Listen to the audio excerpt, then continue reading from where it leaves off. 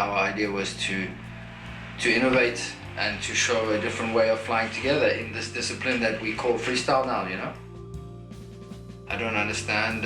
For me, I would never choose to do something that everyone was already doing 20 years ago. It's just totally uninspiring for me. And like, you have a discipline of freestyle, which they call, by that definition, which is just saying basically you need to wear a parachute to jump out of a plane, and you have to have one performer and one camera flyer. So whatever you choose to do in that discipline is completely open, you know?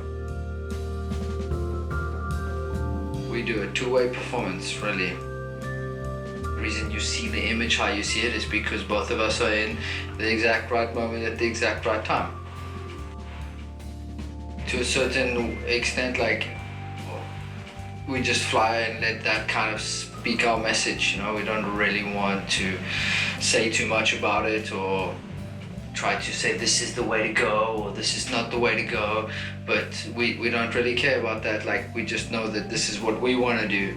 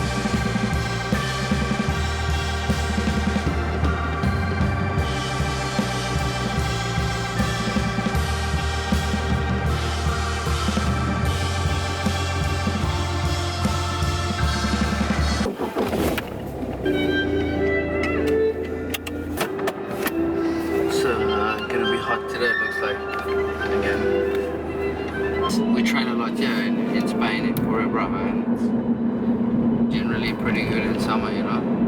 As soon as you start going a bit north, man, it can get so cold. And it's also, it like changes your whole energy level, I think, when it's cold and you're training and it's freezing and you don't want to be in the plane. And yes, for sure. When it's winter, it's really hard to get warm with your body. So for me, for all the acrobatics move and all the stuff like this, it's actually pretty hard. There's also like a really perfect temperature when it's not too hot, but it's warm. And it's really easy to use the least amount of energy, you know, to train. Like now when it gets so hot like this, for sure you use more energy. So, but in general, I think it's better to have it slightly warmer than slightly colder. Otherwise, your body's just getting hot and cold all the time, and it's not good. But that's probably just being a bit of a pussy, but I don't really give a shit. It's like rubbing the magic lantern so that a genie comes out. I rub the lens and then magic happens on the inside of the camera. I just need to jump out of the plane, boom, it happens all by itself. It's amazing. You know, I'm just a cameraman. Forget that. So my name is Penny, and my story of skydiving is I'm a second generation skydiver. I grew up on a drop zone. I saw my first parachute when I was 5 years old, and my mom and dad built a drop zone. So I did my first jump when I was 10 years old, tandem, 1992 in South Africa. And then I started AFF when I was 15 in Cape Town. And my maths teacher always would say, did anyone not do their homework? And I put up my hand and he was like, well, why did you not do your homework? I said, Because I had to finish my skydiving course yesterday, and he was like, yeah, okay. And I have a background in art and design. I studied art and design at school for 5 years, and then I went to university for 3 years to study industrial design. And then when I finished my course in industrial design, I kind of was at a crossroads, and I was like, should I pursue a career as a designer, or should I go and fly, you know? So for sure, it's kind of obvious what I chose.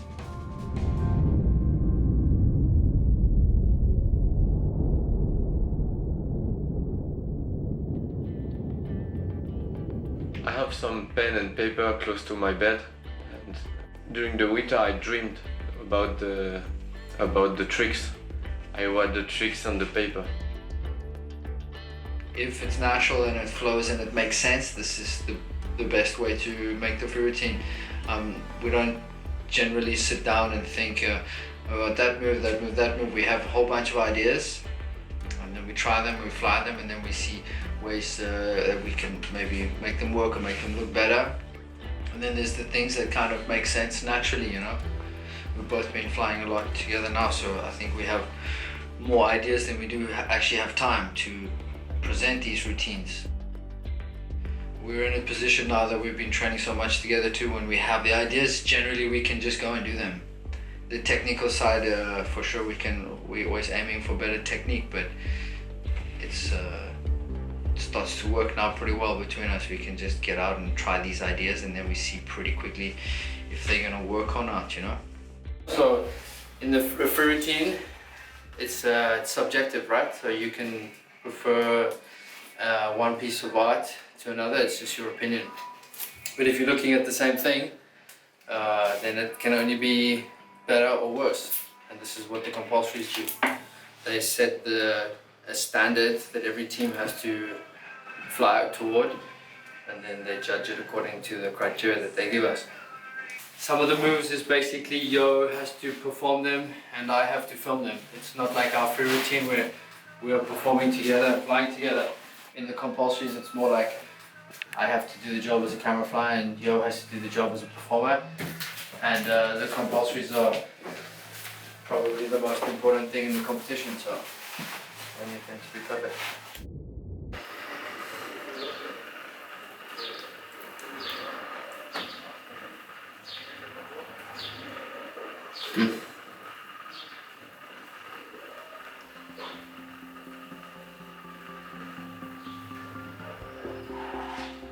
My name is Yohannavi. I come from France. I have actually maybe 8,000 hours of training.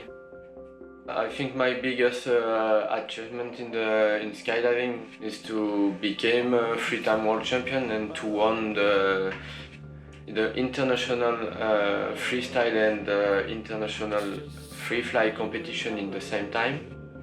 At 10 years old, I left my parents' house to go to gymnastic training center, and I stayed more than 7 years. And at university, I went to the sports university. Just after 15 years in gymnastics and 10 years in the high-level training center, I wanted to find something different, more fun.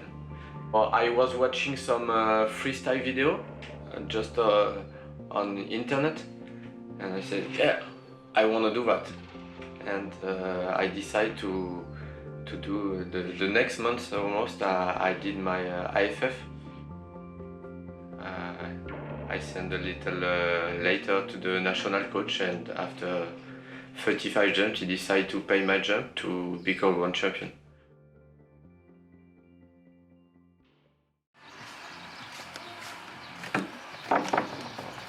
I think you can train most people to be good at almost anything, right? If you have the right tools and the right attitude.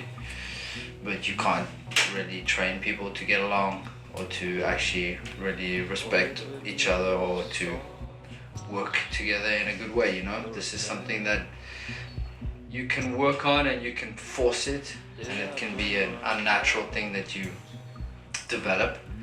But the real magic, the real chemistry of a team is something that either you feel straight away or you don't, you know?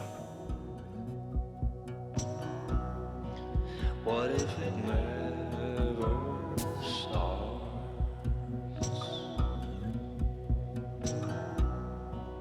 What if it never starts?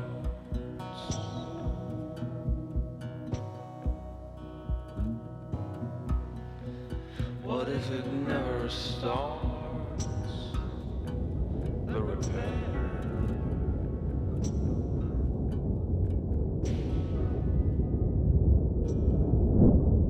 Our team flight dynamic started in 2013. We had both been competing in previous teams before, and Yo was doing freestyles with his ex-teammate and I was competing in free fly. And Yo asked me if I'd be interested in being his teammate. So I said yes, but let's actually spend some time together and do some jumps and we see. And then we were like, fuck, okay, this is cool. And then over the years, for sure, we started this, let's say, a professional relationship, and over the past few years, we've developed a strong friendship and a partnership. You know, it's bigger than just the performance in the sky now. It's way further down the line. And then we became world champions together. My first title, world champion, in 2014 in Prostov, Czech Republic. And then we were like, okay, but it's not really finished. We just started, you know. We try to do between 350 and 500 jump a year of training. And many hours in the tunnel. This year, for the first year, we stepped up our training to 2 weeks per month for our team, which starts to be quite a lot. It's 1 week in the sky and 1 week in the tunnel every month. But it takes a serious amount of commitment too, you know. This means also like it's a lot of personal time we spend together. Which again, is like I said, you know, at the beginning of the conversation, like you have to really be prepared to spend that time with someone. It's not like you wake up and go to an office and then at 5 o'clock you leave and that's it.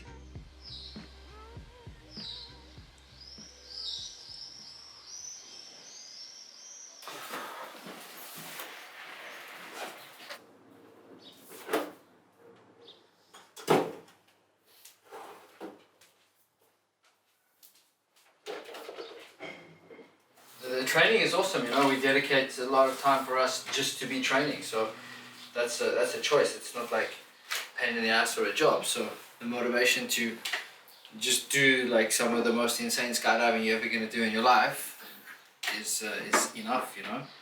So yeah, for sure. And there's always so many small details that we have to work on at that stage, you know, just before competition. So it's interesting to see how we can take something that we're happy with and let's say is already at a certain level and make it even better and find better solutions. It's incredibly interesting time of the training, you know. And one of the insane thing is when you repeat a lot the routine, for example. It's if you wake up super tired and the days before you broke one arm and one legs and you go like this, but you rush repeating, how do you call it? If you train a lot and you did your jump 200 times, it's nothing bad can really happen. So when you arrive at this moment, you are ready for the competition. It's actually a good feeling.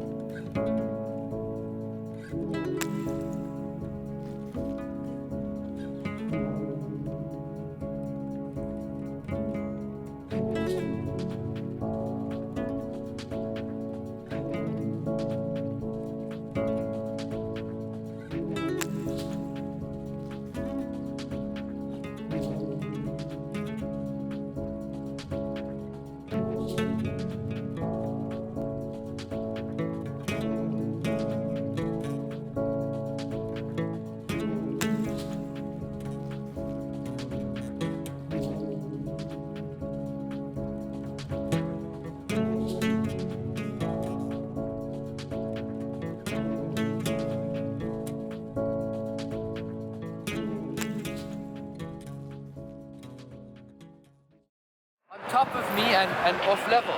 So it's impossible for me. It makes no sense. Even if you're far away and you're underneath me and then you come to me. Because like this, I'm totally fucked. And it looks shit because I can't stay on the side and I have no power to go over the top.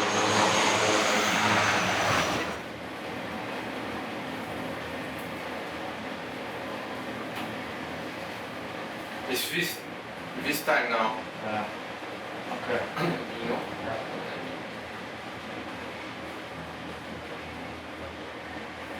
Wow, this first part is awesome, man, dude. So far I didn't cut anything. That's the first time I cut something. And there, fuck, I don't know why I was so close there. It's weird. Maybe I tried again.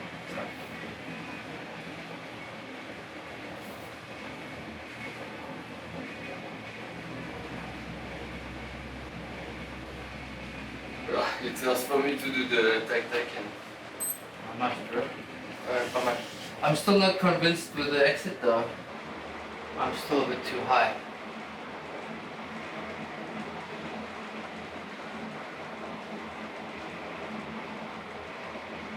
It's not so bad actually, yeah? Yeah, but I think it's just this meter. No, less. Yeah, meter less. No, but it's not even a meter. Yeah, maybe 50 centimeters. Yeah. Yeah, it's... So let me try and the thing is now... Yeah, but this, for me now, why I'm doing that is because it's Yeah. a framing hotspot for me, bro. Okay. So I'm really trying to think so I don't cut your legs. And we're still on the good heading, you see? Now we're facing north again. I felt this in the sky, I was like, wah, to try to back up like 30 centimeters. And it's okay, the horizon here, or it's not perfect now? Yeah, but it's... I have to make like this more. Yeah, it's... It could be on the perfect horizon. We did it work once or twice, kind of, but not like we did it yesterday. 1 or 2 was really good. Yeah. But I'm not worried. We just need to. Sometimes you get these little blocks, no? Like a block of something that you just can't. Like I had it in the last training. It's like rotations. Which way do I have to rotate? And now it's like now the path is set in my brain and it works. It's just a matter of. You know, if you didn't make the mistake a million times, you wouldn't understand how to do it properly. So now we know we can do it and we can do it consistently, but we also, now we've made a whole bunch of mistakes obviously, so we can really understand how to do the move.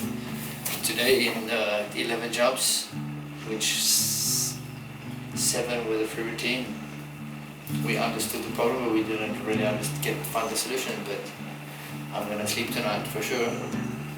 Tomorrow we will do it.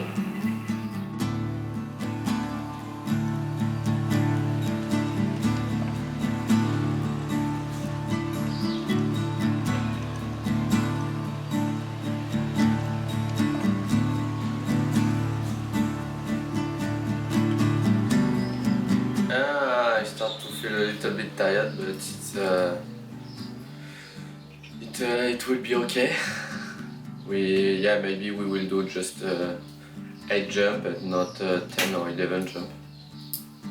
It's gonna be good. We'll make a plan this morning to have a good balance between the compulsory and the free routine, but so we will finish early and we will chill out this afternoon.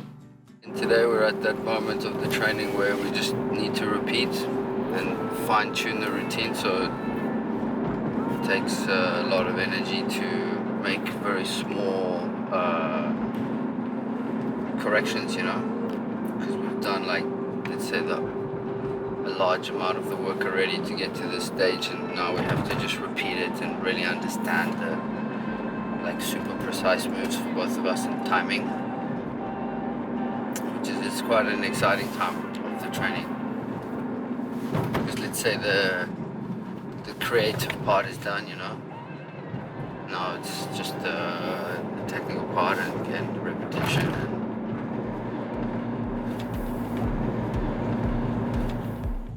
not always just sunshine and a perfect world scenario, but there's only solutions if you want there to be. It can get pretty intense in competition too, when you have to support each other. Like last year was the first year that we ever actually lost a round in competition, and for sure that was massive psychological game for us. Like, wow, it was really intense. It was really interesting too, because we never had that relationship before. We always just won everything. Like for me, that was a massive, that was a really, really hard moment, like personally, professionally, and as a competitor, as a sportsman. And yeah, we just really stuck together and said we're just gonna continue with our plan, and we ended up winning the World Cup, you know? So like, wow, that was for sure a pretty hard moment. Like you ask yourself in that moment, like, why do I do this? Like, because competition can bring you the worst feelings ever that you could possibly imagine, and the best at the same time, you know?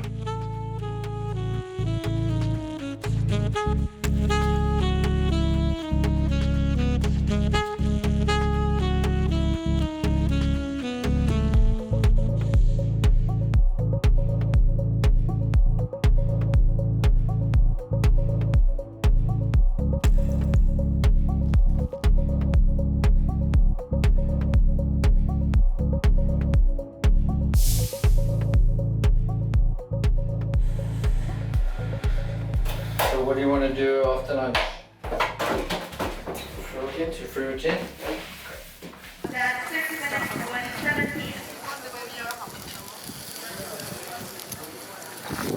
No, yes, all the international competition are important, but for sure the world championship and the world air games are super important, because when you become world champion, we will keep this title all along in your life. So it's very important to win the world championship. In fact, we try to combine the flying that Martin Christensen and Niels did 10 years ago with the French team did. It was Nicolas Arnaud and Robin Dubuisson, and they had a lot of acrobatics move and nice flying, but not like the same that Martin. So I think now the best is to try to combine the both jump. We had coaching from Martin Christensen all the year, so our jump for this year looked like that he did with Niels, but we try to add some more tricks, because I come from the gymnastics, so I can do. And we had the tunnel, and we were walking a lot in the tunnel. So now it's a combination between the flying, between some acrobatics move and the tunnel stuff. So yeah, we try to keep this direction for the next few years.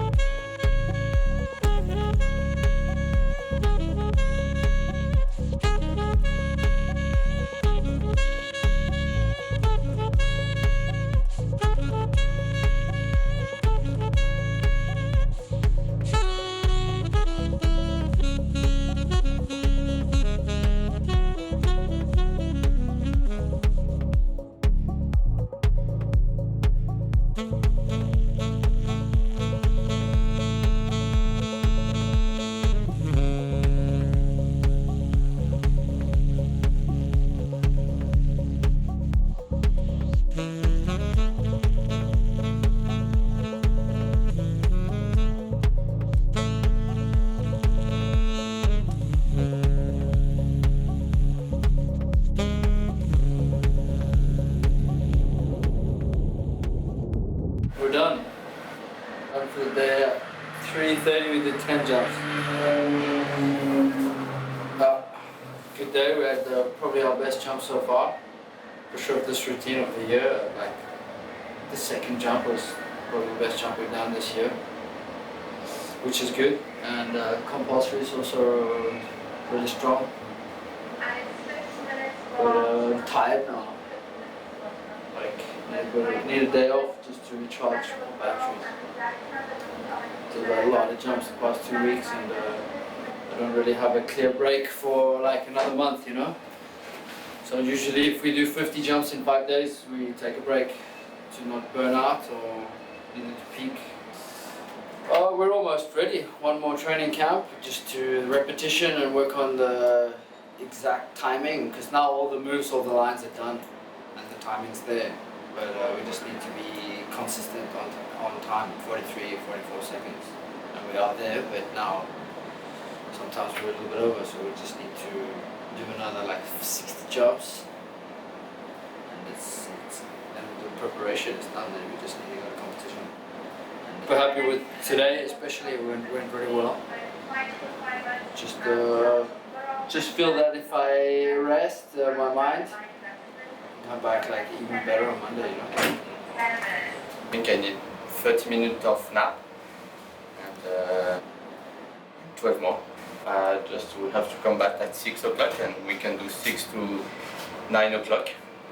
It's nice to train when you are tired, because your body can do it, can do the jump, you know. But if you are more at 100% during the competition, nothing can happen. So this thing is the key for the success. Is when you train and you are tired and you can continue and make a good jump, nothing can happen during the competition. I mean, so 20th of June until the 13th of August. That's almost 2 months with 0 days just to rest. I don't think that's such a good idea. I mean, I can do it, but I think I'll be better on Monday if I have a day off. We're gonna be fucked at the end of the week.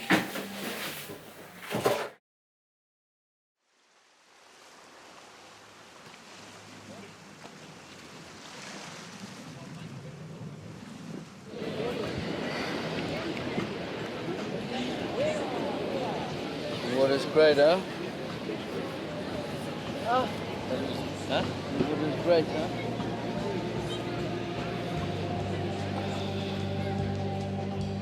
It's our responsibility to show what can be done. Because many people look at it and they say, oh, what are you doing? I can do that way better. Okay, buddy, but then actually go and do it, you know, because that's the hard thing. Like, you know, there's so many crazy technical flyers that I'm sure they look at what we do and they say, oh, but cool, that's pretty simple. I can do way better. Okay, but then you actually have to do the work. And many people, oh yeah, but if I competed against you, I would beat you. That's awesome. Then start a team and let's see, because that's easy to sit on your couch or over dinner and say that. But so the responsibility that we've taken is to actually say, right, like, because we thought the same thing, no? Instead, now we're actually doing it. We're doing something about it. We're going out there and we're showing how we see the flying should be. And now every 10 years you have teams, and these teams have to push the skills of the flying. So now it's our part of the history in the discipline. So if with our flying we can show that, maybe the next 10 years or next 20 years, we will have some many flyers in the world who wants to start freestyle. Yeah, I've been in skydiving my whole life and I've seen this sport like change crazy right in front of my eyes, but I feel like I've been an active part of that change. But I want to really push it and really present our flying together to show people what can be done, so that these people can be inspired. Like I was inspired many years ago to choose this path in my life. So again, like now it's our moment, like Yo said, for us to just put it out there and to push what we see as the way that we want to fly it.